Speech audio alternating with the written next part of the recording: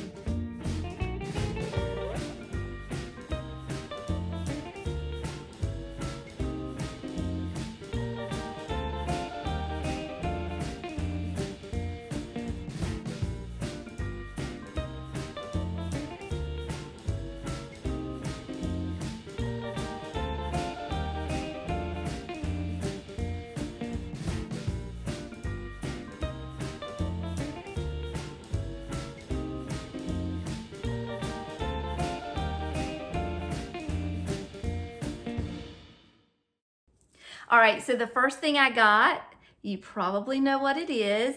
I had just purchased one of these last week and I now have two, but I am going to give the other one to Lily. I had already promised it to her, so that's okay, but this one is mine, and it is a vintage ice bucket. And is she not glorious? She was $22 at my local antique store, and I have to say, I'm a little sad because my favorite vendor at this antique store, I went into her booth and it was cleared out. She's leaving, and now we have no mid-century vendors anywhere nearby. The closest mid-century vendor for me is going to be like an hour away, so I'm really sad about that, but I was happy to be able to grab this before it was taken up and snatched up by somebody else. I think, I'm not 100% sure, but I think I'm going to set this out all year instead of just bringing it out for parties. The other one I was gonna just bring out if we had a little celebration, but it was bright, bright yellow. This one's more browns, more oranges and yellows, and I think I can blend it in with my everyday decor a little bit more and leave it out all year. So we're gonna try to find a place for this before this video ends. Hopefully, fingers crossed, I can find a good spot. Right now, my 4th of July decor is out, as you can see behind me. So it's kind of throwing me off a little bit about where I'm gonna put something permanently. All right, the next place I went to was a little thrift store, and it was for communities and schools. Their prices are pretty reasonable, and I found this beauty. Look at that. My heart almost skipped a beat when I saw how glorious this was. This says Country Living Stoneware, International China, and it's not made in China, it's made in Japan, but it says Harvest, and then it has Japan on the back of it. So there's the label if you're interested in looking for this yourself. I'm trying to get the glare off of there, but look how beautiful this is. Now this has to be put out year round, and it has to find a home very soon because it's just beautiful, and I cannot wait to get it somewhere. Again, got my 4th of July stuff out. Not quite sure where it's gonna go. Hopefully by the end of this video, we'll find a permanent home for it. I forgot this little piece here. I'm gonna show it to you real quick. In the antique store that I went to, I found this little girl. She will come out for St. Patrick's Day. I couldn't think of it there for a minute. She was $6. I don't see where she's broken or cracked or anything. She looks to be in good condition. She's got a label under here. It says 1987. I can't really read much past that, but she's a March angel, so I love her. And she'll be put up in a safe place until then. The last place I went to is an antique store, but I've told you about it before. It's more, it's like 40% antiques and then 60% flea market. So I never know if I'm gonna find anything. Sometimes I walk through there and I just walk out empty-handed. But today there was I think it was a new vendor, and she had just put these out, and I spent quite a bit of time going through them and looking at them. Now I tried to do, well, let me tell you what it is first. They're vintage patterns. I tried not too long ago to do a video for you guys. I filmed it, I did everything and I tried to take a vintage pattern and make a piece of clothing out of it. I almost lost my mind, and it was not successful. So that video was scrapped. Everything was just put away. I couldn't do it. I just could not do it. I guess making clothing is just not in the cards for me. And I'm definitely not gonna film it until I know what I'm doing, because I don't wanna put information out there for you that's not true. But what I can do is enjoy these beautiful graphics on the top, on the front of these patterns. I have this one. These were $3 each, by the way.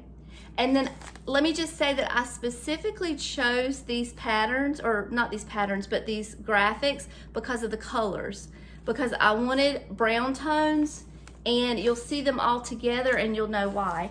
This next one, full of brown tones, right here. I love, this lady right here reminds me of Rhoda and Mary from Mary Tyler Moore. But she reminds me of Rhoda. And then this is the third one that I got. And I love this little plaid jumpsuit here. It was my favorite. So I picked up 3 of these, and we're gonna do a project with these before the end of this video. One more stop I made, but it was not, let me grab it. It was not for vintage, and it was not for antiques. It was for picture frames. So what I would like to do, these were 50% off today. Regular price $8.99. I have a terrible glare, I'm so sorry. Regular price $8.99. They were 50% off today, and I thought that I would take these and mount these on the inside of here and find a good place for them in my craft room. So we're definitely gonna at least attempt that today. And then I got a plate holder for my plate. A lot of you ask me how I hang all of my dishes. This is how I hang them.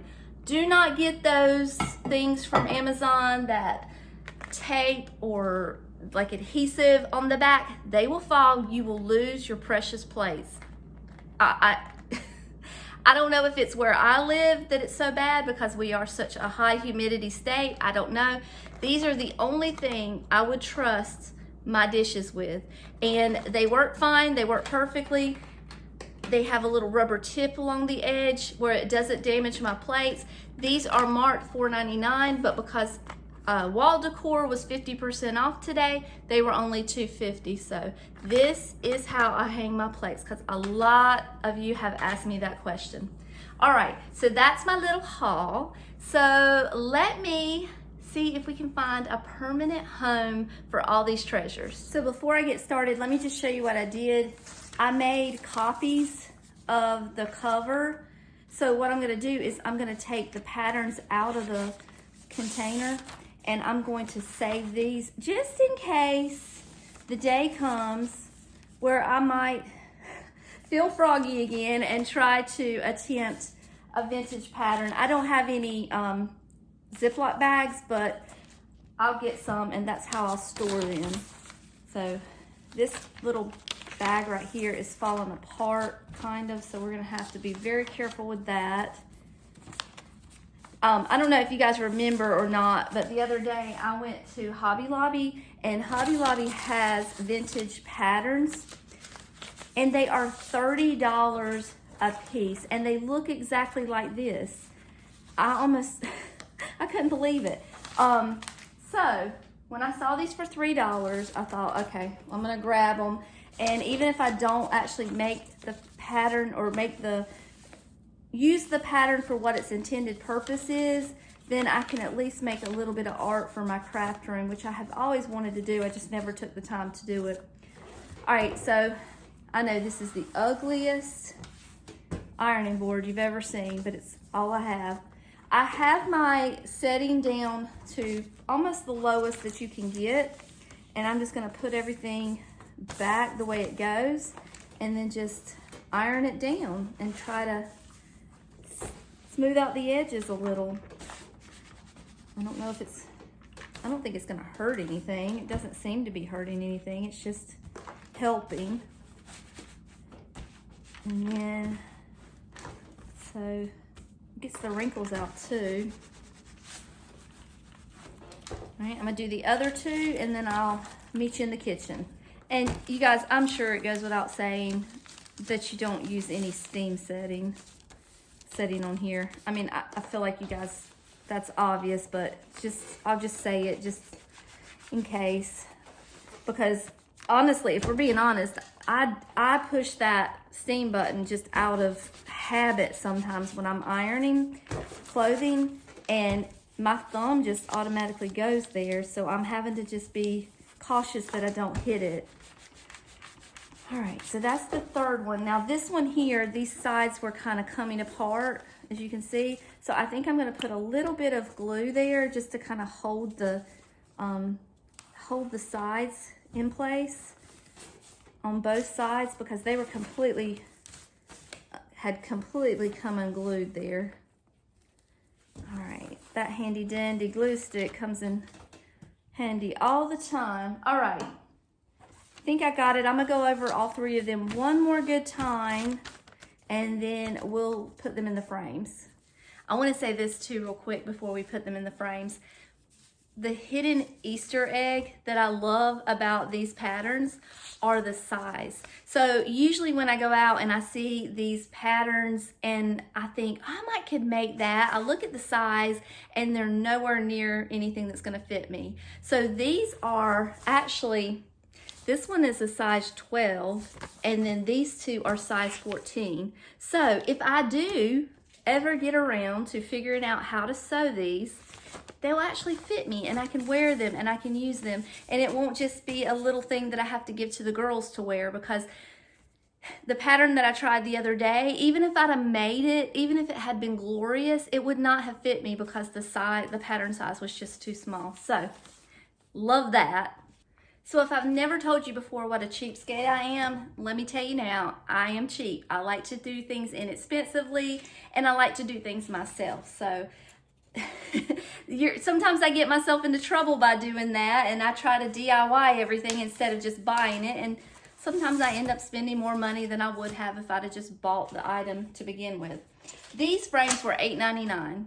They are not really what I would call my style, but I like the brown, the dark brown. It was bringing out the colors from the pattern, and they already had a mat.